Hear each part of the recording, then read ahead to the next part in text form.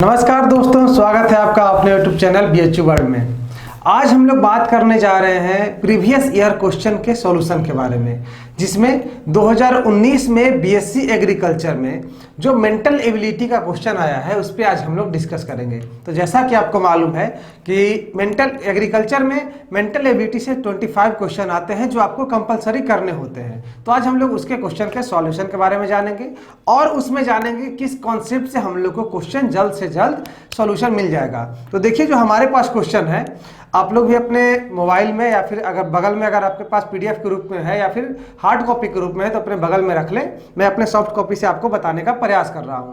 तो देखिए, सबसे पहले हम लोग जो 2019 में सेट 1 है, मेरे पास सेट 1 है और हम लोग उस पर डिस्कस करने जा रहे हैं सेट 1 के बारे में।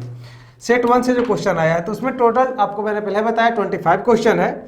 उसमें जो पहला क्वेश्चन है उसके बारे में देखिए। सबसे पहले इसमें दिया क्या गया है, एक सीरीज दिया गया है और उसमें जो थर्ड नंबर है उसको गैप कर दिया गया है, उसको बताया गया है कि आपको भरना है और उसके आगे आपको 2 नंबर और दिया गया है 4, 4, 8। तो जैसे ही आपके सामने ये सीरीज आएगा तो आपके माइंड में क्या क्लिक करना चाहिए, जैसा कि मैं अपने कोर्स में आपको बता चुका हूं कि जब नंबर बहुत तेज गति से आगे बढ़ने लगे तो हम लोग को सोचना ये चाहिए कि हो सके या तो ये मल्टीप्लाई का केस हो या फिर स्क्वायर वगैरह का केस हो सकता है, एडिशन वगैरह का केस नहीं पॉसिबल है। ठीक, तो हम लोग देख रहे हैं कि जो नंबर है कुछ तेजी गति से आगे बढ़ रहा है, 180 का गैप आ रहा है, फिर जाकर 294 आ रहा है, बहुत तेज गति से आगे बढ़ रहा है। मतलब इन दोनों के बीच गैप देखिए बहुत तेज है, बहुत ज्यादा है। ठीक, तो हम लोग को क्या गौर करना चाहिए कि कहीं ना कहीं मल्टीप्लाई का केस है। तो सबसे पहले हम लोग मल्टीप्लाई के केस की ओर दौड़ेंगे कि अच्छा 4 से 18 गया है तो हो सके 4 का स्क्वायर करके और ऊपर में 2 जोड़ दिया गया होगा। उसके बाद हम लोग इसके स्क्वायर करके 2 और जोड़ेंगे तो उसके बाद जो 100 आया हुआ है तो ये पॉसिबल नहीं है कि इसमें मल्टीप्लाई का केस हो। तो हम लोग कुछ और तुरंत जाना चाहिए कि हो सके स्क्वायर का केस हो सकता है। किसका केस है?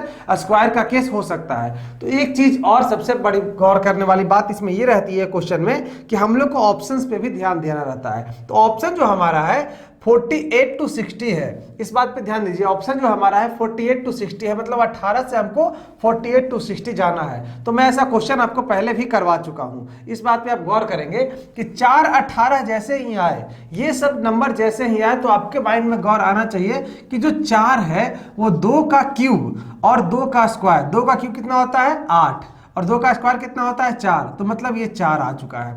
अगला बार आपको जैसे ही देखिए 18 है, ठीक, तो 18 है तो कितना 3 का क्यूब 27 और 2 का स्क्वायर कितना हुआ 27, यहाँ 27 हो गया और यहाँ 3 का स्क्वायर कितना हुआ 9, तो क्या हो गया 18।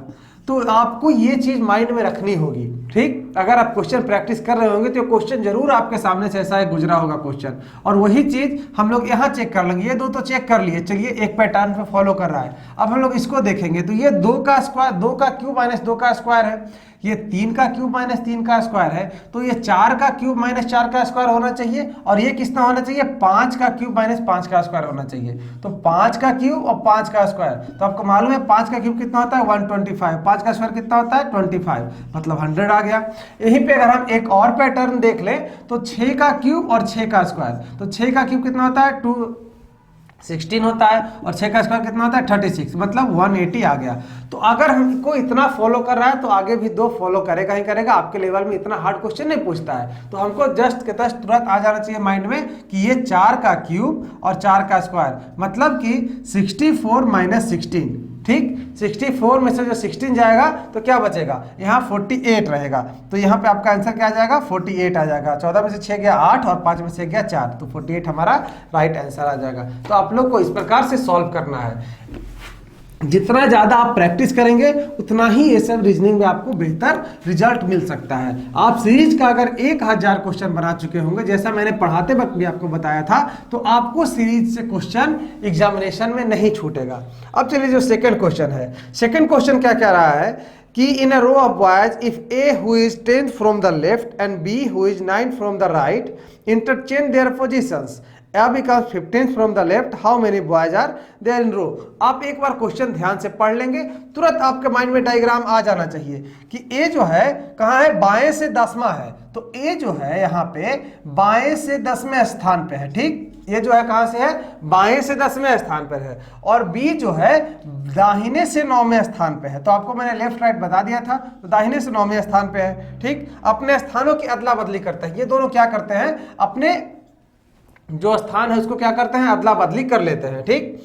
अब कह रहा है कि जब ये लोग बदल लेते हैं अपना पोजीशन, तो ए जो है पोजीशन बदलने के बाद कहां से, बाएं से टू द लेफ्ट, लेफ्ट से 15वें स्थान पे आ जाता है। यहां पे कौन आ जाता है, ए आ जाता है, कहां से, लेफ्ट से 15वें स्थान पे। तो आपको बताना क्या है कि how many boys are there in row, तो इस रो में कुल कितने लड़के हैं। तो ये सिंपल सा क्वेश्चन होगा कि नहीं। देखिए ये दोनों अपना स्थान एक्सचेंज कर लेगा, बी आ गया यहाँ पे और ए चला गया यहाँ पे। जब ए यहाँ पे आया तो ये बाएं से 15वें स्थान पे है, बाएं से 15वें स्थान पे है। तो आपको बताना है टोटल कितना है, तो टोटल इतना ही स्टूडेंट है ना, यहाँ से लेके यहाँ तक यही टोटल स्टूडेंट है। तो बाएं से 15वें स्थान पे ए आ चुका है, मतलब बी के पोजिशन पे ए आ चुका है। तो मैंने आपको बताया था कि यहाँ बाएं से लेके 15वें पर, मतलब लेफ्ट से लेके यहां तक 15 आदमी आ चुका है, 15 लड़का आ चुका है। तो इधर और कितना है, यही जोड़ के मेरा टोटल निकल जाएगा। तो इधर से लेके यहां तक का 9 है, बाकी इधर कितना बचा, 8 ही बचा होगा ना, इसको इंक्लूड करके 9 था। तो यहां पे क्या आ जाएगा, 15 + 8 मतलब कि कितना, 23। बात समझ में आया। तो इसमें कितना आंसर हो जाएगा, 23 इसका राइट आंसर हो जाएगा। अगला क्वेश्चन हम लोग देखते हैं अब। तो बस इसी प्रकार से सिंपल सिंपल सवाल आपसे एग्रीकल्चर में पूछा जाता है। आप हल्का सा माइंड दौड़ाएंगे, मतलब 15 से 20 सेकंड में आपको क्वेश्चन सॉल्व हो जाएगा। अब देखिए जो थर्ड क्वेश्चन है, थर्ड क्वेश्चन आपसे क्या कह रहा है कि पी क्यू आर, पी जो है क्यू एवं आर का भाई है, P is brother of Q and R. P जो आपको फैमिली डायग्राम क्या है तुरंत बना लेना है, पी क्यू और आर का भाई है, पी क्यू और आर का क्या है, भाई है। तीनों एक लेवल में रहेंगे, आपको समझ में आ चुका होगा क्यों, क्योंकि एक ही पीढ़ी के हैं। और जो पी जो है क्यू और आर का भाई है, तो साइन सिर्फ किस पे जाएगा, पी पे जाएगा, क्यू और आर पे नहीं जाएगा, क्योंकि इसके बारे में अभी जेंडर डिक्लेयर नहीं किया गया है। अगर कह रहा है if S is hours mother, अगर एस आर की माता है, एस जो है आर की माता है, ठीक, एक जनरेशन ऊपर एस आर की माता है, and T is P's father, और टी जो है पी का पिता है, और टी जो है पी का क्या है, पिता है, ठीक। तो निम्न में से कौन सा कथन निश्चित रूप से सत्य नहीं हो सकता है, which of the following statement can not be defined true. तो इसमें से कौन है जो सत्य नहीं हो सकता है। आपके सामने 4 ऑप्शन है। तो सबसे पहला ऑप्शन है टी क्यू का पिता है, ये तो आसानी से हो सकता है, तीनों भाई बहन है, तो टी तो ऑब्वियसली इसके पिता हो जाएंगे। कोई जब इसके पिता ये है तो तीनों भाई बहन में तो इसके पिता यही रहेंगे, कोई दिक्कत नहीं है। टी इज क्यूज फादर सही है। उसके बाद S is P's mother, S जो है पी की मदर है, ये भी बिल्कुल सही बात है, एस भी पी की मदर है। अगला क्वेश्चन है, अगला ऑप्शन है P is S son, P जो है एस का बेटा है, पी एस का बेटा है, बिल्कुल सही है, क्योंकि पी पे पॉजिटिव साइन लगा हुआ है, तो पी एस का बेटा है। और अगला है Q is T son, Q T का बेटा है। देखिए क्यू टी का बेटा है, ऐसा कहीं क्लियर नहीं किया गया है क्वेश्चन में, कहीं भी इन दोनों के बारे में जेंडर डिक्लेयर नहीं किया गया है। तो जैसे ही इन दोनों के बारे में जेंडर डिक्लेयर नहीं किया गया है, हम नहीं कह सकते हैं कि ये मेल है या फिर फीमेल है। तो ये जो चौथा ऑप्शन है वो पूरी तरह से गलत है, तो हमारा क्या हो जाएगा, चौथा सही हो जाएगा। पूछ रहा है क्योंकि आपको ऑप्शन में क्या पूछ रहा है कि which of the following statement can not be defined true, तो कौन इसमें सत्य नहीं है। तो जो फोर्थ ऑप्शन है वो क्या है, सत्य नहीं है।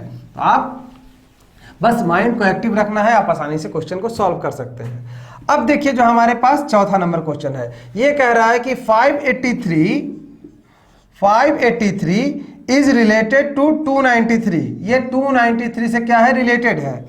तो which way in the same way 488 is related to, तो 488 इसमें किससे रिलेटेड है, आपसे ये क्वेश्चन पूछ रहा है। तो इसके बाद देखिए ऑप्शन आप देखेंगे 291 है, 378 है, 487 है और 581 है, ठीक। आपके सामने ये 4 ऑप्शन है। तो सबसे पहले आपके माइंड में क्या आना चाहिए, मैं आपको बताया था कि अगर इस टाइप का क्वेश्चन पूछे तो सबसे पहले आपके माइंड में आना चाहिए कि जो भी नंबर है उसको आसानी से जोड़ दो। आप क्या करो, एक बार जोड़ दो। जब देखो इसमें होता क्या है, जब रिलेशन वाला क्वेश्चन पूछता है तो इसमें अगर बड़ा नंबर दिया, जैसे ये अगर 58 रहता, ये 29 रहता, तो हम लोग कुछ और सोचते, ये शायद इसका मल्टीप्लाई है, इस प्रकार से सोचते, दुगना है, इस प्रकार से सोचते। लेकिन जब बड़ा नंबर दे तो सबसे पहले आप काम क्या करो कि इसका जो डिजिट है उसको जोड़ दो। तो हम लोग जोड़ते हैं 8 5 13 और 3 क्या हो जाएगा 16, 5 + 8 + 3, इनको क्या किया हम लोग सम कर दिए तो 16 आया। और 2 + 9 + 3, 9 2 11 और 3 क्या हो जाएगा 14, इसका क्या हो जाएगा सबका आपस में जोड़ने पे, डिजिट को जोड़ने पे 14 आया। तो ये जो फर्स्ट वाला है ये सेकंड वाले से कितना अधिक है, +2 अधिक है। हम लोग बस अभी क्या कर रहे हैं, एक अनुमान लगा रहे हैं और कुछ नहीं, अभी हम जान नहीं रहे कि यही सही होने वाला है। लेकिन अगर जब बड़ा नंबर दे तो हमको सबसे पहले यही करना चाहिए। या तो अगर बड़ा नंबर रहेगा तो स्क्वायर रहेगा, तो हम लोग स्क्वायर वाला देख रहे हैं कि 583 किसी का स्क्वायर या क्यूब नहीं है, 293 किसी का स्क्वायर या क्यूब नहीं है। तो हम लोग क्या करेंगे, इनके डिजिट को जोड़ेंगे जब स्क्वायर और क्यूब ना रहे तब। तो यहाँ पे स्क्वायर और क्यूब है नहीं तो हम लोग इसको जोड़ दिए। अब देखिए क्या होना है कि अब हम देख रहे हैं कि यहाँ 488 है, तो 8 4 12, 12 और 8 क्या हो जाएगा 20। तो हमको लाना क्या है, मतलब यहाँ 18 लाना है, क्योंकि ये जो पहले वाले से 2 कम इसमें है, पहले वाले से 2 कम जो है सेकंड वाला है। तो अगर 488 का अगर ऐड करने पे 20 आता है तो इसको ऐड करने पे 18। तो हम अब चारों ऑप्शन पे गौर करेंगे जल्दी से कि चारों ऑप्शन में किसी को जोड़ने पे 18 आता है कि नहीं। तो देखिएगा फर्स्ट ऑप्शन 9 2 11 1 12 नहीं आ पाया। सेकेंड ऑप्शन 7 3 10 8 18 1 18 तो आ गया, चलो सही है। अगर 2 18 इसमें आ जाए, जैसे सेकेंड ऑप्शन में हमको जोड़ के 18 आ गया, अगर कोई और ऑप्शन में जोड़ के अगर 18 आ जाता है तो हमको ये नियम क्या हो जाएगा, फेल हो जाएगा। हम देखते हैं थर्ड ऑप्शन 8 4 12 7 क्या हो जाएगा 12 और 7 19 नहीं आया, और 8 5 13 क्या हो जाएगा 14 नहीं आया। मतलब हमारा सेकंड जो ऑप्शन है जिसका नंबर है कितना 378 हमारा क्या हो जाएगा, करेक्ट आंसर आ जाएगा। बात समझ में आ रही है कि कैसे करेक्ट आंसर आया, क्योंकि हमने ऑप्शंस देखा और उसमें देखा कि ये नहीं है, तो इस प्रकार से हम इसको क्या कर सकते हैं, इसको करेक्ट आंसर मान सकते हैं। वही अगर 18 एक जगह और आ जाता ऑप्शन में तो हमको कोई और नियम सोचना पड़ता कि हो सके इससे रिलेटेड नहीं है तो इससे रिलेटेड हो सकता है, लेकिन इसमें आ गया तो हम लोग इसी को मानेंगे। अब देखिए हमारे अगला क्वेश्चन है 5 नंबर कि one morning after sunrise Suresh was standing facing a pole, the shadow of the pole fell exactly to his right, to which direction was he facing। ये सिंपल सा क्वेश्चन है। सूर्योदय के पश्चात प्रातः काल, तो सूर्योदय जैसे ही कह दिया, तो सूर्योदय जैसे ही कह दिया तो मतलब सन किधर है, सन जो है ईस्ट में है, सूर्योदय है तो सन कहाँ है, इस डायरेक्शन में है। इस डायरेक्शन में आपको मालूम होगा यहाँ नॉर्थ है, साउथ है, ईस्ट है और क्या है वेस्ट है। तो सूर्योदय के समय क्या है, सन जो है ईस्ट में है, ठीक। उसके पश्चात सुरेश खंभे के सामने खड़ा है। एक खंभे के सामने क्या है, सुरेश खड़ा है। खंभे की छाया ठीक इसके दाहिने साइड बन रही है, ठीक इसके दाहिने साइड बन रही है। अब आप ही सोचिए, सूर्य अगर इधर से उगा है, अगर आपका जो शैडो है आपके राइट साइड में बन रहा है, आपके राइट साइड में बन रहा है, तो आपका फेस किधर होगा। अब देखिए आपका ये फेस है, बाय द वे मान लेते हैं आपका ये फेस है। अगर आपका फेस नॉर्थ की ओर रहेगा, सोचिएगा अगर आपका फेस नॉर्थ की ओर रहेगा तो आपका राइट ये रहेगा, लेफ्ट ये रहेगा, ठीक। अगर आपका फेस नॉर्थ की ओर है तो आपका राइट ये रहेगा और ये कहाँ रहेगा, लेफ्ट इधर रहेगा। तो आपका जो शैडो है वो किधर जाएगा, इधर से आपको हम लाइट दिखाएंगे तो आपका शैडो लेफ्ट की ओर जाएगा कि नहीं। लेकिन यहाँ से क्वेश्चन क्या कह रहा है कि खंभे की छाया ठीक इसके दाहिने पड़ रही है, मतलब अगर इसका फेस साउथ की ओर रहेगा, सोचिएगा अगर इसका फेस साउथ की ओर रहे तो इसका लेफ्ट इधर हो जाएगा और राइट इधर हो जाएगा।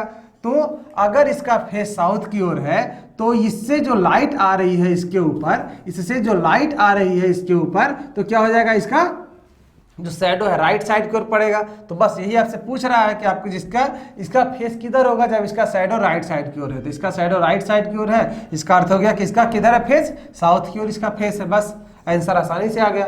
बस आपको इमेजिनेशन करना है कि आप कहाँ पे खड़े हैं, बस और कुछ नहीं। आपको डायरेक्शन का ज्ञान पहले से हो चुका है, मैं बता चुका हूं, और आपको क्या करना है, बस देख लेना है कि आपका दिमाग कैसे चल रहा है। अब देखिए छठा नंबर क्वेश्चन है। छठा नंबर क्वेश्चन क्या कह रहा है, friend is coded as FRIEND, friend is coded as HUM JTK। तो आपसे पूछ रहा है कि कैंडल का बताइए, आपसे क्या पूछ रहा है, कैंडल का बताइए कि कैंडल का क्या होगा। तो सबसे पहले हमको क्या करना है, अगर आपसे कोडिंग डिकोडिंग इस प्रकार से क्वेश्चन पूछे तो हमको देखना यह है कि जो हमसे क्वेश्चन में पूछा जा रहा है, ठीक, जो हमसे क्वेश्चन में पूछा जा रहा है वो इसमें दिया है कि नहीं, इसका कोड इसमें है क्या। तो देखिए इसमें कैंडल है, तो इसमें देखिए इसका डी और ई, इसका डी और ई, सबसे पहले ये बात को माइंड में दौड़ाना है, इस बात को ख्याल रखिए और बहुत जल्द दौड़ाना है कि अगर डी और ई, तो इसमें डी भी है ई भी है, तो डी को अगर हम के से कोड करें, ठीक, और ई को अगर हम जे से कोड करें, ठीक, इसमें कोडिंग के अनुसार तो यही है कि अगर ऐसा कोड है तो ऑप्शन में ऐसा है क्या कि ई के जगह पे, सबसे लास्ट के जगह पे जो ई है कोडेड कैंडल के जगह पे, ई के जगह पे क्या है, ई के यहाँ FRIEN यहाँ पे जे है, ठीक, ई के जगह पे यहाँ पे क्या जे, और डी के जगह पे, ई के जगह पे ये डे और डी के जगह पे के, मतलब कि यहाँ पे के डी के जगह पे क्या हो जाएगा के, तो मतलब चौथा नंबर पे के। ऐसा है क्या ऑप्शन में, ऐसा नंबर ऑप्शन में है क्या, ऐसा ऑप्शन में कोई नहीं है। तो सबसे पहले हम इसको क्लियर कर देंगे, खत्म कर देंगे कि नहीं ऐसा ऑप्शन में नहीं है, मतलब इसको नहीं मानेंगे। लेकिन सबसे पहले हमको इस माइंड पे आना चाहिए कि ये चीज हम लोग देख लें। अब ऑप्शन नहीं है तो हम लोग तुरंत दिमाग और लगा लेंगे।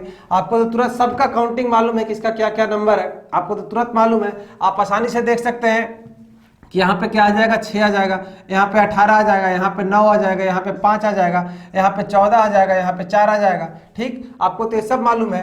यू आ जाएगा, यहाँ पे 21 आ जाएगा, यहाँ पे क्या आ जाएगा 13 आ जाएगा, यहाँ पे EJ तो क्या आ जाएगा 10 आ जाएगा, EJOT, टी से क्या आ जाएगा 20 आ जाएगा, और उसके बाद क्या आ जाएगा के। तो सबसे अंतिम में आपको क्या JK, IJK आता है, तो आपको J का मालूम है यहाँ 10, तो आपको क्या क्या क्या आ जाएगा 11।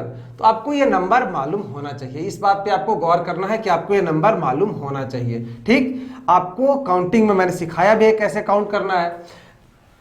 तो यहां से देखिए आप, यहाँ का F6 है और H 8 है, F6 है और H क्या है 8 है, मतलब इससे 2 अधिक है, ये जो नंबर है इससे कितना अधिक है 2 अधिक है। यहाँ पे R 18 है और इसके नंबर में यहाँ पे 21 है, मतलब इससे 3 अधिक है। इसका जो सेकंड पोजीशन है, इसके जो कोडिंग का सेकंड पोजीशन है उससे 3 अधिक है। यहाँ पे I है, इसका 9 है, और इसका जो कोडिंग है यहाँ पे क्या है +4 है, ठीक, यहाँ पे 4 आ गया। यहाँ पे E 5 है और यहाँ पे क्या आ जाएगा +5 कर दिया है। इसका जो पोजीशन है चौथा पोजीशन और इसका जो चौथा पोजीशन है, दोनों में 5 का डिफरेंस है। यहाँ पे N है और यहाँ पे T है, तो इसका छठा पोजीशन और इसका छठा पोजीशन में 6 का यहाँ पे आ गया है। उसके बाद यहाँ D4 है और यहाँ पे K11 है, तो यहाँ पे क्या आ जाएगा 7वां पोजीशन।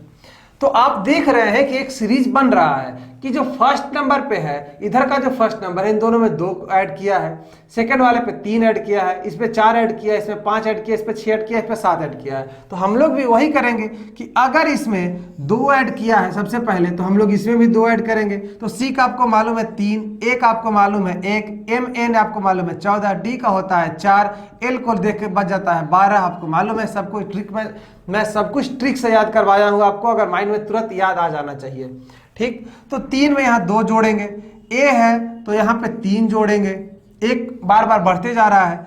N है तो यहाँ पे जो क्या जोड़ेंगे 4 जोड़ेंगे। यहाँ पे D है तो यहाँ पे क्या जोड़ेंगे 5 जोड़ेंगे। यहाँ पे L है तो यहाँ पे क्या जोड़ेंगे 6 जोड़ेंगे। E है तो यहाँ पे क्या जोड़ेंगे 7 जोड़ेंगे। अब हम लोग ऑप्शन पे ध्यान देंगे, अब हम लोग किस पे ध्यान देंगे, ऑप्शन पे ध्यान देंगे। C में हमको 2 जोड़ना है, मतलब 5, तो क्या आ जाएगा E आ जाएगा। C में 2 जोड़ना है तो कितना आ जाएगा E आ जाएगा, क्योंकि 5वां पोजीशन पे लाना है। A में हमको 3 जोड़ना है, मतलब चौथा पोजीशन पे लाना है, तो E D हो जाएगा। ऑप्शन में हम देखते रहेंगे E D मात्र एक ऑप्शन, छठा का जो पहला ऑप्शन है देखिएगा सिर्फ उसमें E और D है, बाकी किसी में दूसरे पोजीशन पे E D नहीं है। तो हमको मात्र छठा का जो पहला ऑप्शन देखे, इन्हीं दोनों से हमको आंसर निकल गया कि इसका पहला आंसर सही है। फर्स्ट आंसर क्या है इसका, सही है। बस हमको और कुछ ज्यादा माइंड लगाना ही नहीं है, ये हमारा सही आंसर आ गया। बात समझ में आ रही है कि नहीं? तो बस यही काम आपको करना है कि आपको पूरा नहीं निकाल के बैठ के मिलाना है, हम बस ऑप्शन देखते रहेंगे बनाते रहेंगे, ऑप्शन देखते रहेंगे बनाते रहेंगे। आपको ऑप्शन दिया ही इसीलिए जाता है कि आप क्वेश्चन को जल्द से जल्द क्या कर सके, सॉल्व कर सके, ठीक। तो ये रही बात इसमें।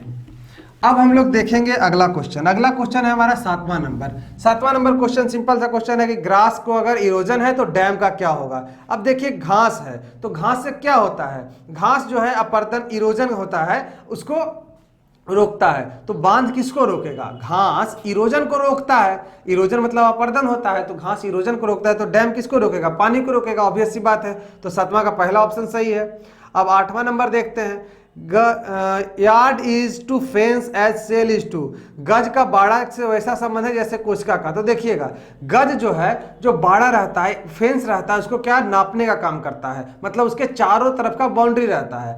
तो इसका क्या है, सेल का कैसा होगा, मेम्ब्रेन। सेल के भी चारों तरफ का दीवार को क्या बोलते हैं, मेम्ब्रेन बोलते हैं। तो ये आपका क्या है, बेसिक सवाल है। 8वां क्लास का उठाया गया है, जब 8वें क्लास में आपको साइंस में सेल पढ़ाया जाता है, बस उससे क्वेश्चन उठाया गया है। और एक जो क्वेश्चन है बस आपका मेंसुरेशन से है, तो ये भी एक सिंपल क्वेश्चन हुआ। चलिए 9वां क्वेश्चन में बढ़े। बिल लास्ट से जिस प्रकार रिलेटेड है, तो उसमें जो है ये चारों ऑप्शन से इंसेक्ट कैसे रिलेटेड है।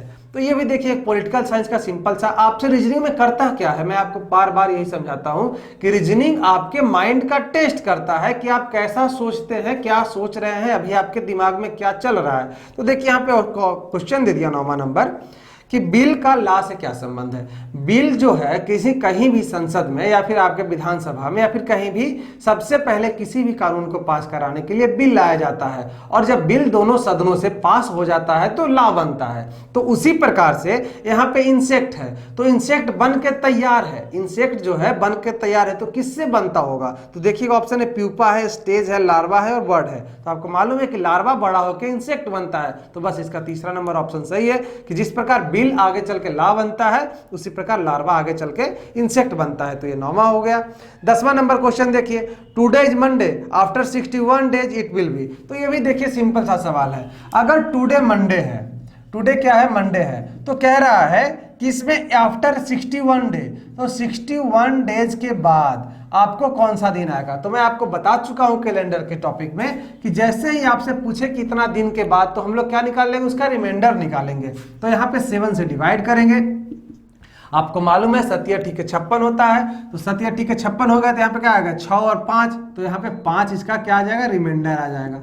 ये जो 5 इसका रिमाइंडर आया, ठीक, तो यही रिमाइंडर को अगर हम ऐड कर देंगे मंडे में, अगर मंडे में हम इस रिमाइंडर को ऐड कर दें, मंडे में इस रिमाइंडर को क्या करें, ऐड कर दें, तो हमारा वही दिन निकल जाएगा। तो मंडे में रिमाइंडर को ऐड करिए, तो मंडे में 5 ऐड करिए, Monday, Tuesday, Wednesday, Thursday, Friday, Saturday, तो हमारा आंसर क्या आ जाएगा, सैटरडे। बस सिंपल सा तो सवाल है, सैटरडे हमारा आंसर हो जाएगा। तो बस आपको रिमाइंडर निकालना है, बाकी आप पढ़ चुके हैं।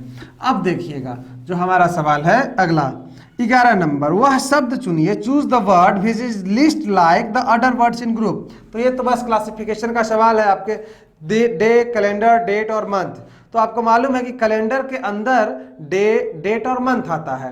कैलेंडर जो क्या होता है, तीनों को अपने में समाहित किया रहता है, बाकी तीनों कैलेंडर के पार्ट हैं। तो कैलेंडर सबसे ऊपर है, ये तीनों उसके पार्ट है, तो ये तीनों सेम हुए, कैलेंडर अलग हो गया। तो बस कैलेंडर को हम लोग को टिक कर देना है कि ये तीनों जो है सेम है और कैलेंडर क्या है, अलग है। अब देखिए अगला क्वेश्चन 12वां नंबर, in a class of 60 students where girls are twice that of boys, Lakshmi ranked 27th from the top. If there are 9 boys ahead of Lakshmi, how many girls are there after Lakshmi's rank? तो 60 लड़कों, 60 students के class में लड़कियां जो हैं लड़कों से दुगनी है। तो आप ये सब चीज क्या होता है, सिंपल मैथमेटिक्स का होता है। देखिएगा 60 लड़का जैसे ही बोले 60 स्टूडेंट हैं, लड़कियों की संख्या लड़कों की संख्या से दुगनी है, तो आपको माइंड में तुरंत क्लिक करना चाहिए था कि गर्ल है 40 और बॉय है 20। ये आपके माइंड में आज ही जाना चाहिए, क्योंकि ये जनरल मैथ का क्वेश्चन है कि 60 बच्चों के क्लास में गर्ल्स की संख्या बॉयज की संख्या से दुगनी है, तो बॉयज ऑब्वियस सी बात है 20 है, तो गर्ल्स 40 होगा। चलिए ठीक बात है, आगे देखते हैं क्या है। अब उसमें लक्ष्मी की जो रैंक है शीर्ष से 27 है, तो लक्ष्मी जो है ऊपर से 27th रैंक पे आई है। यहां पे कौन है, लक्ष्मी बैठी हुई है, ऊपर से 27th रैंक पे है, ऊपर से, ठीक है। उसमें कह रहा है Lakshmi rank 27 from the top if there are 9 boys ahead of Lakshmi.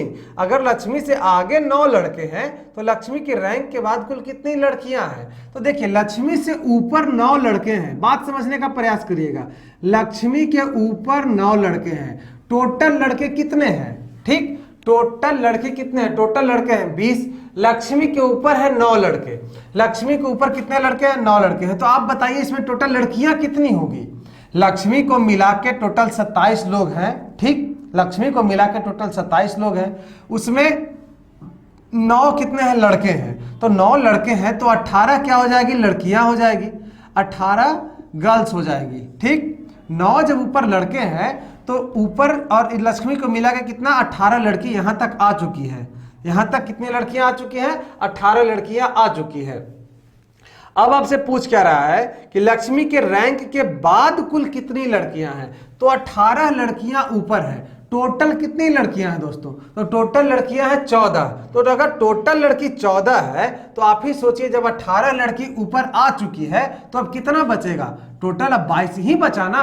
जब 18 लड़कियां ऊपर आ चुकी हैं लक्ष्मी को इंक्लूड करके, तो अब पूछ रहा है कि लक्ष्मी के नीचे कुल कितनी लड़कियां होंगी? तो टोटल लड़की 40 है। लक्ष्मी को मिला के लक्ष्मी के ऊपर 18 लड़की हो चुकी है तो उसके नीचे कितनी होगी? 22 लड़कियां होगी। और 22 क्या है हमारा सही आंसर है 12 नंबर का। ठीक, अब देखिए हमारे पास क्या क्वेश्चन है। अगला क्वेश्चन है हमारा 13 नंबर क्वेश्चन का क्या रहा है कि अलग अलग मोटाई की 5 पुस्तकें, अलग अलग, there are 5 books of different thickness, A is thicker than C. A जो है सी से मोटी है। आप ये सब क्वेश्चन क्या करिए और एक बार पढ़ लीजिए फिर आसानी से बनाना शुरू करिए। ए सी से मोटी है, ए जो है सी से मोटी है, तथा and B is thicker than D, और जो बी है वो डी से, बी जो है वो डी से मोटी है, और जो B है वो D से मोटी है। तो B जो है आपको मालूम है D से मोटी है। चलिए ठीक है, इसको इधर कर दिए, कोई दिक्कत। अब देखिए E उतनी मोटी नहीं है जितनी B है। E जो है इतनी मोटी नहीं है जितनी B है, मतलब E जो है E से ज्यादा मोटी है। E जो है क्या है? B से ज्यादा मोटी है। यही तो कह रहा है E उतनी मोटी नहीं है जितनी B है। E जो है उतनी मोटी नहीं है जितनी कि B है। तो इसको हम इसके समकक्ष हमको ये पता है ही नहीं अभी। B और D आपको यहाँ मालूम है कि देखिए B जो है क्या है? D से मोटी है। अब आपसे कह रहा है कि E उतनी मोटी नहीं है जितनी B है। तो E जो है E के बराबर, B के बराबर मोटी नहीं है, या तो इससे ज्यादा है या फिर इससे कम है। यही हो सकता है ना। यहाँ पे साफ कह रहा है कि B is thicker than D, E is not as thick as B but it is thicker than C. E उतनी मोटी नहीं है जितनी बी है, लेकिन ये सी से मोटी है। तो सी से जैसे ही मोटी है तो हमको पता चल गया कि इसको सी के ऊपर रखना है। ठीक, हमको ये तो पता चल गया कि इसको सी के ऊपर रखना है, ये तो बात क्लियर हो चुकी है। लेकिन बी से इसका हमको संबंध अभी तक नहीं मालूम है। तो आगे हम देखते हैं। डी उतनी मोटी नहीं है जितनी सी है, तो डी जो है वो भी उतनी मोटी नहीं है जितनी कि सी है। तो डी नीचे आ जाएगा, सिंपल सी बात है। तो इतनी मोटी नहीं है जितनी कि सी है। आगे देखते हैं तो कौन सी पुस्तक सबसे पतली है। तो ये तो सिंपल सा बात हो गया, आराम से अगर आप चाहेंगे तो आसानी से इसे सॉल्व कर सकते हैं। सिंपल सा सवाल है। यहाँ पे देखिए बी जो है डी से मोटी है, बी जो है डी से मोटी है, लेकिन ई से इसका कोई रिलेशन नहीं मालूम है। ई से इसका कोई रिलेशन नहीं मालूम है, लेकिन इतना मालूम है कि सी से ऊपर है। तो जैसे ही ई को हमको मालूम चला सी से मोटी है तो हमको इसको ऊपर कर दिए। बी से इसका संबंध मालूम नहीं है, लेकिन ये डी से मोटी है इतना हमको मालूम है। तो हमको पता चल गया कि ये भी डी के ऊपर रहेगा, ये भी क्या रहेगा? डी के ऊपर रहेगा, लेकिन सी से भी ऊपर रहेगा, क्योंकि ई जो है सी से मोटा है और ई से इसका कोई रिलेशन नहीं दिया गया है। तो बस हमको ये जैसे ही पता चल गया तो हमसे पूछ रहा है कौन सी पुस्तक सबसे पतली है। तो कौन सी पुस्तक सबसे पतली है? डी सबसे पतली है। ये सिंपल सा तो सवाल था कि बस आपको हल्का सा कंफ्यूज करेगा। ये जो क्वेश्चन है आपको हल्का सा कंफ्यूज कर सकता है, और इसमें उतना स्पष्ट डाटा भी नहीं दिया गया है। लेकिन अगर आपसे इतना डाटा पूछ रहा है क्वेश्चन तो आपको तो सॉल्व करना ही है। तो बस आपको हल्का सा माइंड लगाना है। अब हम देखते हैं 14 नंबर क्वेश्चन। तो देखिए इसमें एक डायग्राम दिया गया है कि इस डायग्राम में आपको क्या करना है? ट्रायंगल गिनना है। ये जो डायग्राम है उसमें आपको ट्रायंगल्स को गिनना है।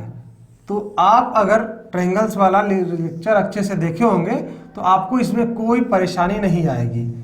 सिंपल सा क्वेश्चन है, बस सिंपल सा इसका सॉल्यूशन है।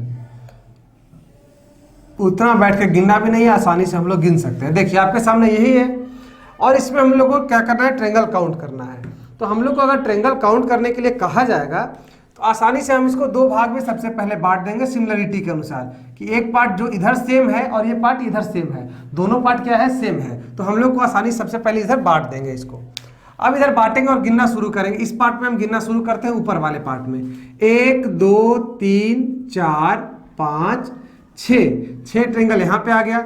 इसको गिनेंगे तो आ जाएगा 7, इसको गिनेंगे तो आ जाएगा 8, ठीक, इसको गिनेंगे तो आ जाएगा 7, इसको गिनेंगे तो आ जाएगा 8, 7 और 8, और इसको अगर गिन दिए तो आ जाएगा क्या, 9, इसको गिन दिए तो आ जाएगा क्या, टोटल को अगर ओवरऑल गिन दिए तो क्या आ जाएगा, 9 आ जाएगा। उसी प्रकार से अगर इसे गिन दिए तो आ जाएगा 10, इसे गिन दिए तो आ जाएगा 11, और अगर इसे टोटल गिन दिए तो आ जाएगा कितना, 12। इधर आ गया कितना, 12 आ गया। तो इधर टोटल आ गया कितना, 12 आ गया। 6 ये ट्रायंगल आ गया, 7, बस ध्यान से दीजिएगा किधर किधर चल रहा है, 8, ये 8 आ गया, ये आ गया 9 और ये आ गया 10, ये बड़ा वाला ये पोर्शन ये आ गया 11, ये वाला बड़ा वाला पोर्शन हो गया 12। तो मतलब 12 अगर इस साइड में है तो यही सेम 12 इस साइड भी बना होगा, तो 12 + 12 यहाँ पे ये आ गया। अब जब हम क्या करेंगे, इन दोनों को ज्वाइंट कर देंगे। हम क्या करेंगे, इन दोनों को ज्वाइंट कर देंगे, और उसके बाद अगर 12 और 12 ये तो है ही, और इधर देखिए अगर इन दोनों को ज्वाइंट करेंगे तो ये आ जाएगा 13, इस वाले को ज्वाइंट करेंगे तो आ जाएगा कितना, 14, और इस वाले को बड़ा वाले को अगर रखेंगे तो आ जाएगा कितना, 15, ठीक, आ जाएगा क्या, 15। तो ये 15 ऊपर में और 15 नीचे में, तो 15 और 15 क्या हो जाएगा, 30 हो जाएगा, ठीक, ये हो जाएगा कितना, 30। और उसके बाद हम इन दोनों को कर देंगे ज्वाइंट, तो ये आ गया मेरा 31 नंबर, ये मेरा ट्रायंगल आ गया 32 नंबर, ये वाला 33 आ गया 33, इधर से आ गया 34, ये वाला आ गया 35, और ये वाला आ गया क्या, 36। तो टोटल इसमें कितना ट्रायंगल हमको मिला, 36। और हम लोग कितना आसानी से निकाल लिए, सिमिलरिटी के हिसाब से, ऊपर वाले को गिन लिए, हमको मालूम है ऊपर जब 15 है तो नीचे भी 15 होगा, और 15 15 30, और इधर से जब दोनों को ज्वाइंट कर देंगे तो आ गया 6, तो 30 और 6 कितना आ जाएगा, 36। तो ये 36 हो गया हमारा इसमें त्रिभुज।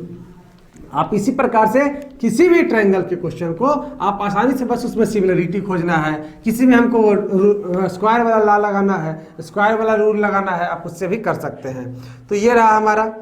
अब देखिए जो हमारे सामने क्या क्वेश्चन है, 15 नंबर क्वेश्चन है। 15 नंबर क्वेश्चन डायरेक्शन टेस्ट का क्वेश्चन है, आपको मालूम है डायरेक्शन टेस्ट का क्वेश्चन। इसमें क्या कह रहा है, if south east becomes north, अगर आपको सबसे पहले डायरेक्शन मालूम है, ये नॉर्थ है, ये साउथ है, ये ईस्ट है, और ये क्या है, वेस्ट है। इसमें क्या कह रहा है कि if south east become north, मतलब कि साउथ ईस्ट अगर इधर आ जाए, ऊपर में आ जाए, ठीक, साउथ ईस्ट अगर ऊपर में आ जाए, और नॉर्थ ईस्ट बिकम वेस्ट, और नॉर्थ ईस्ट अगर वेस्ट हो जाए, नॉर्थ ईस्ट ये आ जाए, क्लियर, नॉर्थ ईस्ट अगर ये आ जाए, तो आपसे पूछ रहा है इसी प्रकार आगे भी साउथ ईस्ट ये हो जाएगा। अगर ये अगर हो रहा है क्वेश्चन क्या कि साउथ ईस्ट अगर नॉर्थ हो जाए, साउथ ईस्ट को हमने नॉर्थ में कर दिया, ठीक, नॉर्थ ईस्ट अगर हमारा ये हो जाए, वेस्ट हो जाए, तो आपसे पूछ रहा है कि आपका रियल वेस्ट डायरेक्शन में क्या आ जाएगा। तो आपको मालूम है रियल वेस्ट डायरेक्शन ये है हमारा, यही हमारा रियल वेस्ट डायरेक्शन होगा। आपसे पूछ कर रहा है कि रियल जो वेस्ट डायरेक्शन है वहां पे हमारा क्या रहेगा, वहां पे हमारा क्या रहेगा। तो आप बस सोचिए, आपको क्या करना है, बस समझिएगा आप कि हमने नॉर्थ ईस्ट में इसको घुसा दिया। जब साउथ ईस्ट ये है, बात समझिएगा, अगर साउथ ईस्ट ये है तो ये सिंपल सी बात ये आ जाती है कि इधर होगा साउथ, इधर होगा ईस्ट, और इधर होगा क्या, साउथ, तभी तो ये साउथ और ईस्ट में आ गया, है कि नहीं, बात समझ रहे कि नहीं। अगर इधर साउथ ईस्ट है तो ये डायरेक्शन हमारा ईस्ट होगा, ये डायरेक्शन हमारा साउथ होगा, तो ये क्या आ गया, साउथ ईस्ट आ गया। जब इधर ईस्ट है तो ये आ जाएगा तो वेस्ट हो जाएगा, और ये आ जाएगा तो नॉर्थ हो जाएगा। बात समझ रहे हैं कि नहीं। हमको जैसे बस क्वेश्चन कहे कि आपका साउथ ईस्ट को नॉर्थ कर दिया गया, हमको मालूम है नॉर्थ इधर रहता है, तो हमने साउथ ईस्ट को नॉर्थ के जगह पे बैठा दिया और नॉर्थ ईस्ट को वेस्ट के जगह पे बैठा दिया, ठीक। अब आपसे पूछ रहा है कि किसी भी डायरेक्शन के बारे में पूछे, तो जैसे हमको पता चला कि साउथ ईस्ट ये है तो ईस्ट इधर होगा, साउथ इधर होगा। अगर ईस्ट इधर है तो इसके जस्ट अपोजिट में 180 डिग्री के बाद वेस्ट होगा, इधर साउथ है तो इधर नॉर्थ होगा। अब आपसे पूछ क्या रहा है कि बताइए आपका जो वेस्ट डायरेक्शन है उधर क्या हो जाएगा। तो वेस्ट डायरेक्शन आपको मालूम है, वेस्ट डायरेक्शन में कि अब हमारा वेस्ट डायरेक्शन में क्या हो जाएगा, पश्चिम की दिशा में हमारा क्या होना चाहिए। तो पश्चिम की दिशा में हमारा कौन सा डायरेक्शन होगा, आप देखिएगा कि ये अगर वेस्ट है, आप देखिएगा ये वेस्ट है, तो आप ही बताइए कि जो रियल है ये डायग्राम है, ये तो क्या है, रियल डायग्राम तो यही है ना। तो रियल डायग्राम में ये डायरेक्शन को किस नाम से जानेंगे, तो रियल डायग्राम में आप देख लीजिए, रियल डायग्राम में इसको नॉर्थ ईस्ट कहते हैं, इसको नॉर्थ वेस्ट कहते हैं, इसको साउथ वेस्ट कहते हैं और इसको साउथ ईस्ट कहते हैं। तो ये हमारा क्या हो जाएगा, साउथ ईस्ट हो जाएगा। बस सिंपल सा तो सवाल है, सिंपल सा इसका जवाब आ गया। हमारा क्या नंबर ऑप्शन सही इसका हो गया, तीसरा नंबर ऑप्शन इसका सही है, साउथ ईस्ट हमारा राइट आंसर है। बात समझ में आ रही है कि नहीं आपको, बस आपको फिट करना है। ये रियल डायग्राम है, ये डायग्राम क्वेश्चन के अनुसार बनाया गया है। तो रियल डायग्राम से हमने कहा कि इधर वेस्ट है, आपको पूछ रहा है कि वेस्ट में रियल में क्या होगा, तो वेस्ट इधर साउथ ईस्ट होता है, साउथ ईस्ट हमारा आंसर हो गया। अब देखिए जो अगला क्वेश्चन है, नेक्स्ट क्वेश्चन है हमारा question number 16। Question number 16, question number 16 कह रहा है कि आर्टिस्ट आर जनरली whimsical, कलाकार जो है सामान्यतः सनकी होते हैं। तो देखिएगा कलाकार का अगर हमने वेन डायग्राम ये बना दिया कि ये क्या है, कलाकार है, ये सामान्यतः क्या होते हैं, सनकी होते हैं। तो चलिए सनकी का ये आ गया भाई, सब लोग कलाकार सामान्यतः सनकी होते हैं कलाकार। अब देखिए कह रहा है कि सम ऑफ देम आर फ्रस्ट्रेटेड, इनमें से कुछ कुंठित होते हैं, इनमें से कुछ क्या है, कुंठित होते हैं। तो ये आ जाएगा कुंठित का, ये आ जाएगा क्या, कुंठित का। चलिए इसमें क्या है, फ्रस्ट्रेटेड है। और frustrated peoples are prone to drug addict, और कुंठित लोग मादक द्रव्य के प्रवृत्त होते हैं। जितने भी कुंठित लोग हैं सभी क्या है, मादक द्रव्य के प्रवृत्त हैं। तो ये सब क्या आ जाएगा, ड्रग एडिक्टेड आ जाएगा, ये सब क्या है, ड्रग एडिक्टेड है। तो आपसे पूछ रहा है कि उपयुक्त कथनों के आधार पर निम्नलिखित में से कौन सा निष्कर्ष सत्य है। तो इनमें बताना आपको क्या है कि इन सभी में कौन जो है फॉलोइंग कंक्लूजन आर ट्रू। तो सबसे पहले देखिए, सभी कुंठित लोग, all frustrated people are drug addicted, सभी जो फ्रस्ट्रेटेड पीपुल हैं, सभी कुंठित पीपुल हैं वो क्या, मादक द्रव्य के व्यसनी होते हैं। जो सभी कुंठित पीपुल हैं वो क्या, मादक द्रव्य के प्रवृत्त होते हैं। आपसे यही पूछ रहा है, ये जो क्वेश्चन कहा गया क्वेश्चन, हाँ सेकंड है कुंठित लोग सनकी होते हैं। कुंठित लोग, सभी कुंठित लोग सनकी नहीं होते हैं, कुछ सनकी इससे अलग है। ये हमारा सेकंड ऑप्शन बिल्कुल गलत हो गया। थर्ड ऑप्शन है सभी all drug addicted are artist, जो सभी ड्रग एडिक्टेड हैं वो क्या, आर्टिस्ट हैं। आपसे ये पूछ रहा है कि all drug addicted are artist, ऐसा भी नहीं है, बिल्कुल गलत, ये भी है, थर्ड ऑप्शन भी गलत हो गया। फोर्थ ऑप्शन है कुछ कलाकार मादक द्रव्य व्यसनी हैं, कुछ कलाकार ड्रग एडिक्टेड हैं क्या, सम आर्टिस्ट में भी ड्रग एडिक्टेड, ये सही है। अब आपसे पूछ रहा है all drug addicted peoples, all frustrated peoples, all frustrated peoples are drug addicted, all frustrated people are drug addicted. तो हमको क्वेश्चन एक बार फिर से पढ़ना होगा। जब हम देख रहे हैं कि हमारा यहाँ पे दो ऑप्शन आपस में टकरा रहे हैं तो क्वेश्चन एक बार फिर से पढ़ते हैं। कलाकार सामान्यतः सनकी होते हैं, तो कलाकार को हमने सामान्यतः क्या किया, सनकी बना दिया। उसके बाद इसमें कुछ कुंठित होते हैं, तो इसमें कुछ को कुंठित बना दिया। और कुंठित लोग मादक द्रव्य के तरफ प्रवृत्त होते हैं, तो इसमें देखिए इसमें सभी का यूज नहीं किया है। तो हमको यहाँ पे इस बात का सुधार करना होगा कि जैसे ही ऑल का यूज नहीं करें तो हम लोग यहाँ पे इसको घेर देंगे, पूरा नहीं ले सकते हैं इसको, क्या इसको पूरा नहीं ले सकते हैं। लिख क्या दिया है कि frustrated peoples are prone to drug addicted, कुंठित लोग मादक द्रव्य के प्रवृत्त होते हैं, लेकिन सभी को नहीं कहा गया है, तो हम लोग को कुछ को यहाँ पे रखना है। तो पहला ऑप्शन भी हमारा क्या हो जाएगा, गलत हो जाएगा। तो चौथा ऑप्शन ही सिर्फ करेक्ट है, हमारा क्या है, चौथा ऑप्शन ही करेक्ट है। इन बातों का हमको ध्यान में रखना होगा। अब देखिए नेक्स्ट का क्वेश्चन है क्वेश्चन नंबर 17। क्वेश्चन नंबर 17 कह रहा है कि which of the following figure shown below when founded are added dotted lines which from pyramid shaped box will be rectangular base।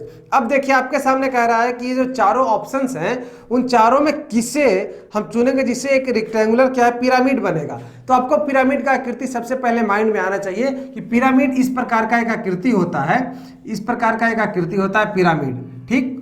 तो आपको ऐसा एक फिगर चाहिए। तो आप सोचिएगा, अगर आपको मैंने पेपर कटिंग में बताया है कि आप अगर पहला ऑप्शन लेते हैं तो जो पहला ऑप्शन में ये वाला जो पार्ट है, ध्यान से देखिएगा, जो पहला ऑप्शन में ये वाला जो पार्ट है इसको हम क्या करेंगे, ऊपर करेंगे, यही तो है। देखिएगा ध्यान से, इस वाले पार्ट को हम लोग क्या करेंगे, यहाँ से मोड़ेंगे, आगे लाएंगे। ये जैसे ही आगे लाएंगे तो ये ट्रायंगल से मैच कर जाएगा। ये ट्रायंगल से मैच करेगा तो ये पिरामिड बन ही नहीं पाएगा। पिरामिड के लिए क्या चाहिए, नीचे वाला जो बेस है हमको रेक्टेंगुलर चाहिए, यही चाहिए ना, नीचे वाला जो बेस है रेक्टेंगुलर चाहिए, बाकी आके तीनों तरफ से जुड़ जाए, हमसे यही चाहिए। सेकेंड ऑप्शन में भी यही सेम कंडीशन है। थर्ड ऑप्शन देखिएगा, थर्ड ऑप्शन ध्यान से देखिएगा, थर्ड ऑप्शन ध्यान से देखिएगा। थर्ड ऑप्शन में ये जो कोना वाला फिगर है, यहाँ देखिएगा, थर्ड ऑप्शन में मैं आपको बता रहा हूँ, यहाँ पे ये जो पिक्चर है, एक डॉटेड लाइन है यहाँ पे, उसके बाद ये वाला जो लाइन है ये है यहाँ पे, उसके बाद ये वाला जो लाइन है यहाँ पे है, और ये वाला लाइन यहाँ पे है, ये बना हुआ है, ठीक।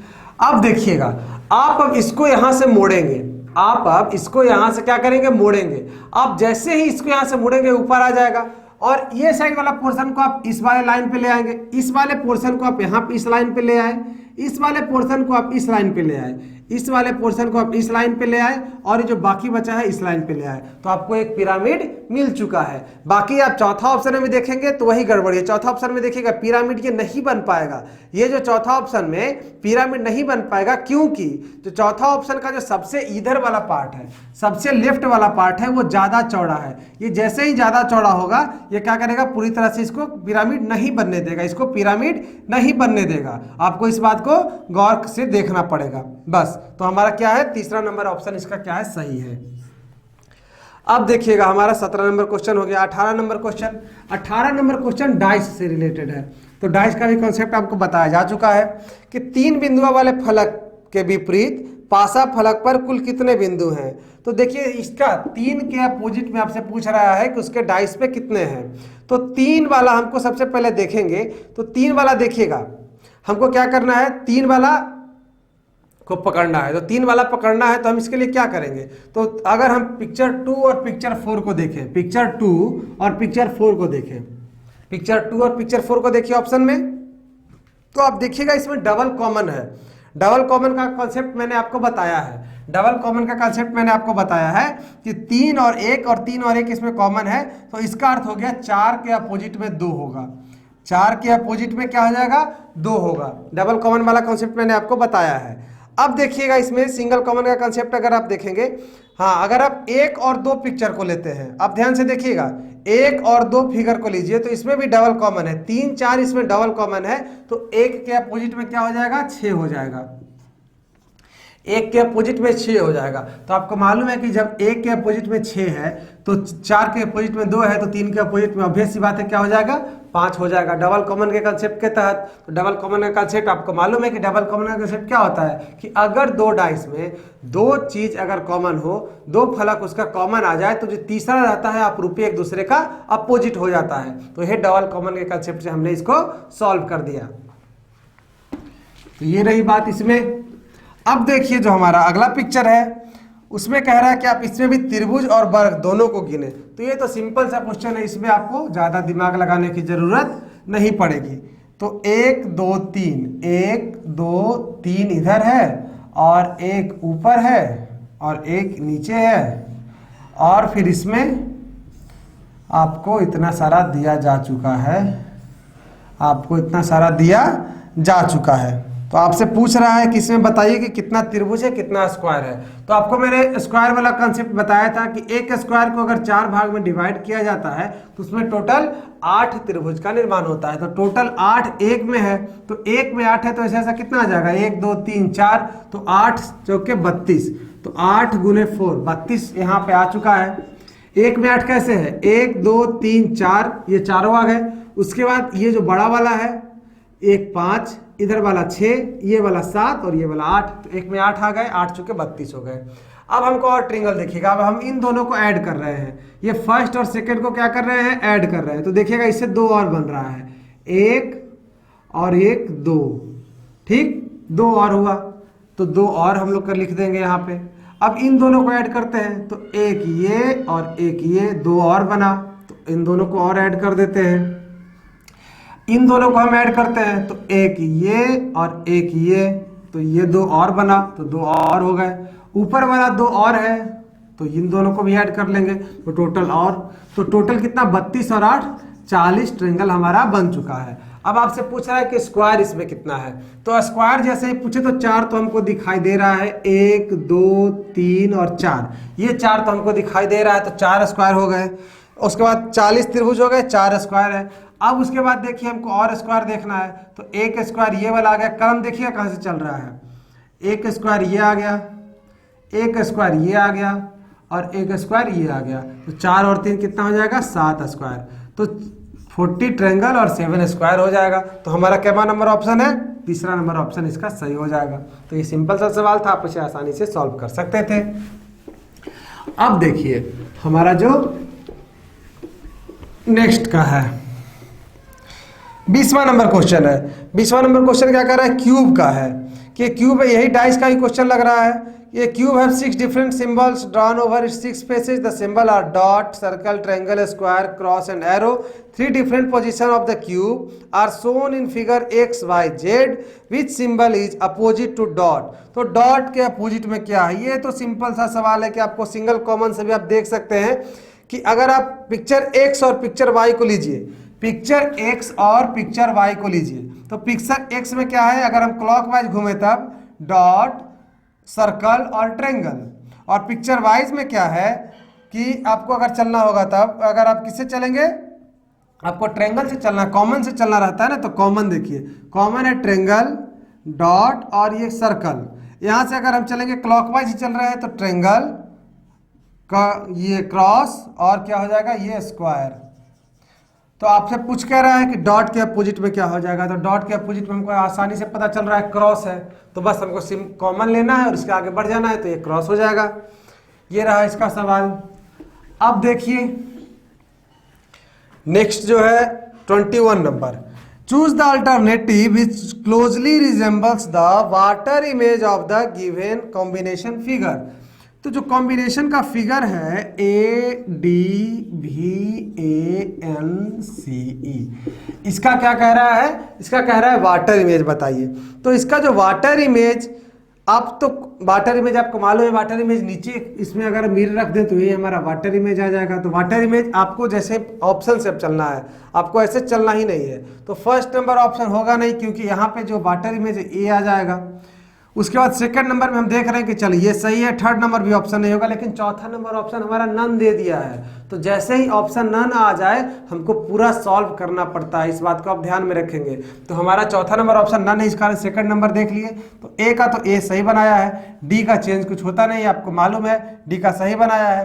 भी का देखिए ये हो जाएगा, ए का फिर ये हो जाएगा, एन का आपको मालूम है ये आ जाएगा, सी में कुछ चेंजिंग नहीं आता है और ई में भी कुछ चेंजिंग नहीं आता है। तो सी सेकंड नंबर ऑप्शन हमारा सही है, सेकंड नंबर ऑप्शन भी यही पिक्चर है और हमने भी यही लाया है, तो ये क्या हो जाएगा, सेकंड नंबर ऑप्शन इस क्वेश्चन का सही है।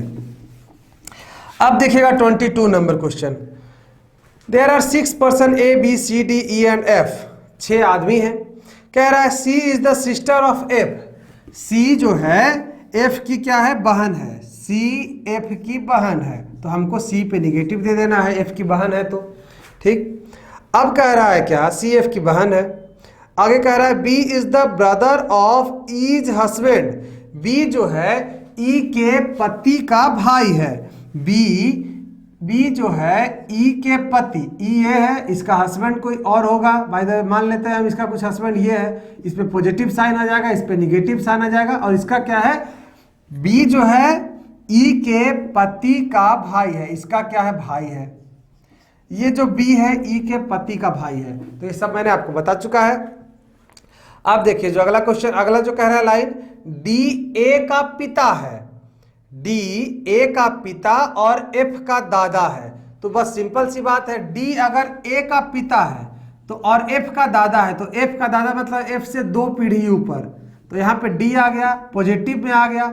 और क्या है, डी ए का पिता है, तो ए का पिता है और एफ का क्या है, दादा है। तो ए का पिता और एफ का दादा, तो ए का पिता हुआ तो जैसे ही हमको पता चल गया कि ये भी पॉजिटिव साइन ही रहेगा, क्योंकि एफ का दादा है, मतलब इसके पुत्र का पुत्र ही होगा ये ना, सिंपल सी बात है।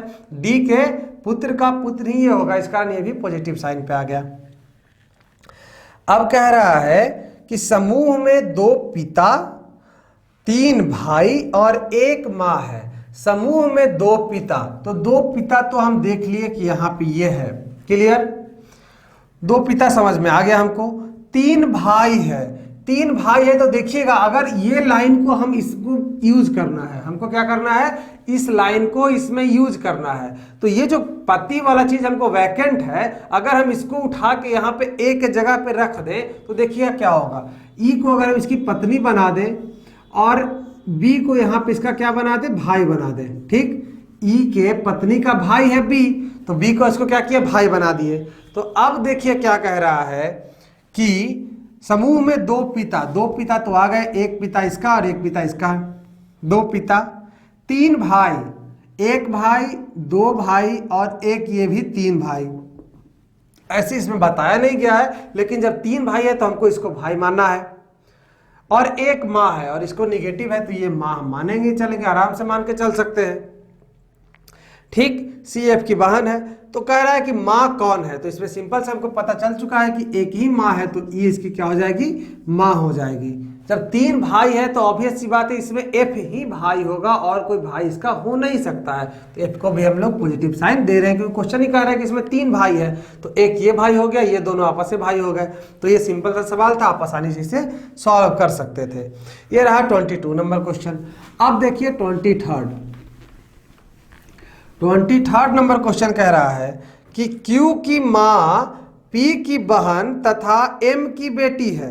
ये सिंपल सा सवाल है। जो Q की माँ है, बात समझिएगा, Q की माँ, जो Q की माँ है वो किसकी बहन है, P की बहन, P की बहन है। जो Q की यहाँ पे माँ है, मान लेते हैं कोई भी इसकी माँ होगी, वो P की बहन है। ये जो P की बहन है तथा M की बेटी है, और ये क्या है, M की बेटी है, तो हमने इसको M की बेटी भी बना दिया, P की बहन भी बना दिया और Q की माँ भी बना दिया, ठीक। Q's mother is sister of P and daughter of M, M की डाउटर है, ठीक। And daughter S is daughter of P, S जो है P की बेटी है, S P की बेटी है, ठीक। तथा T की बहन है, S P की बेटी है तथा T की बहन है, तो इसकी भाई का हो गया T की बहन है, T की बहन है। चलिए, तो इसका अभी कोई जेंडर डिक्लेयर किया नहीं है, तो T की बहन कर दिए हमने इसको। M का T से क्या संबंध है, M का T से क्या संबंध है, ये तो बहुत ही सिंपल सवाल है। आप देखिएगा, M जो है, M की बेटी ये है, M की बेटी ये है, तो हो सके ये बेटी या बेटा कुछ भी होगा, इसका अगला पीढ़ी, इसका अगला पीढ़ी। ऑप्शन क्या कह रहा है, पहला पीढ़ी ये है, बात समझिएगा, फर्स्ट जनरेशन ये है, सेकंड जनरेशन ये है, थर्ड जनरेशन ये है। तो पूछ रहा है कि M का T से क्या संबंध है, तो हम डायरेक्ट पिता तो है नहीं, पहला ऑप्शन खत्म। दादा हम कह नहीं सकते हैं M को, क्योंकि इसके बारे में कोई जेंडर डिक्लेयर नहीं किया है। थर्ड, दादी हम कह नहीं सकते हैं, या तो दादा या तो दादी, हाँ ये कह सकते हैं कि या तो दादा है या तो दादी है, क्योंकि इसके बारे में, इसके रिस्पेक्ट में कोई जेंडर डिक्लेयर नहीं किया है। तो जैसे ही जेंडर डिक्लेयर ना करे, हम कुछ कह ही नहीं सकते हैं कि ये दादा है या फिर दादी है। तो इसका क्या, चौथा नंबर क्वेश्चन इसका क्या हो जाएगा, ऑप्शन सही हो जाएगा। ये रही बात। अब देखिए जो हमारा 24 नंबर क्वेश्चन है कि नीचे दिए गए शब्दों को सार्थक क्रम से व्यवस्थित कीजिए। हाथी, बिल्ली, मच्छर, चीता, वेल। अब आपके सामने क्वेश्चन आया है, आपसे कह रहा है बस व्यवस्थित कीजिए, मतलब अरेंज द वर्ड। तो जैसे ही आपको अरेंज कह रहा है करने के लिए, तो आपके पास कोई ऐसा चीज तो है नहीं जिससे आप अभी समझ लें कि अच्छा इसको किस रूप में अरेंज करना है। तो यहीं पे आपको माइंड का यूज करना है। माइंड का यूज करिए कि हाथी, कैट, मॉस्किटो, टाइगर, वेल, इसमें सब कुछ के बारे में दिया है। एक पालतू जानवर भी है, एक जलीय जानवर भी है, एक जंगली जानवर भी है। तो ऐसा कुछ मैच नहीं कर रहा है, लेकिन एक चीज इसमें हमको स्ट्राइक कर रहा है कि इन सब का साइज हो सके सीरीज में हो। जैसे देखिए, सबसे छोटा क्या हो जाएगा, मच्छर, उससे बड़ा क्या होगा, कैट बिल्ली, उससे बड़ा क्या होगा चीता, उससे बड़ा क्या होगा हाथी, और उससे बड़ा क्या होगा व्हेल। तो आपको बस ऑप्शन देखना है कि अच्छा सबसे पहले ये हो जाएगा 3 2 4 1 5। आप देखिए बी नंबर ऑप्शन यही है कि नहीं। तो हमको इस बात को सोचना पड़ेगा कि किस रूप से ये सीरीज बैठाने के लिए दिया है। तो इसमें क्या दिया था, साइज के अनुसार दिया था। अब देखिए नेक्स्ट क्वेश्चन है 25 number, if z is equal to 52, z is equal to क्या हो जाएगा 52, if ACT is equal to 48, then BAT is equal to what. अगर आपको Z 52 कह रहा है, ACT 48 कह रहा है, तो BAT पूछ रहा है, तो आप सोचिए कि इसमें क्या हो सकता है। आप सबसे पहले सोचिए क्या हो सकता है। Z को 52 कहा है, हमसे BAT पूछ रहा है। तो अगर एक चीज सोचिएगा कि अगर हम डायरेक्ट वैल्यू रखते हैं Z का 52, ACT का 48, तो कुछ क्लू दिया हुई होगा।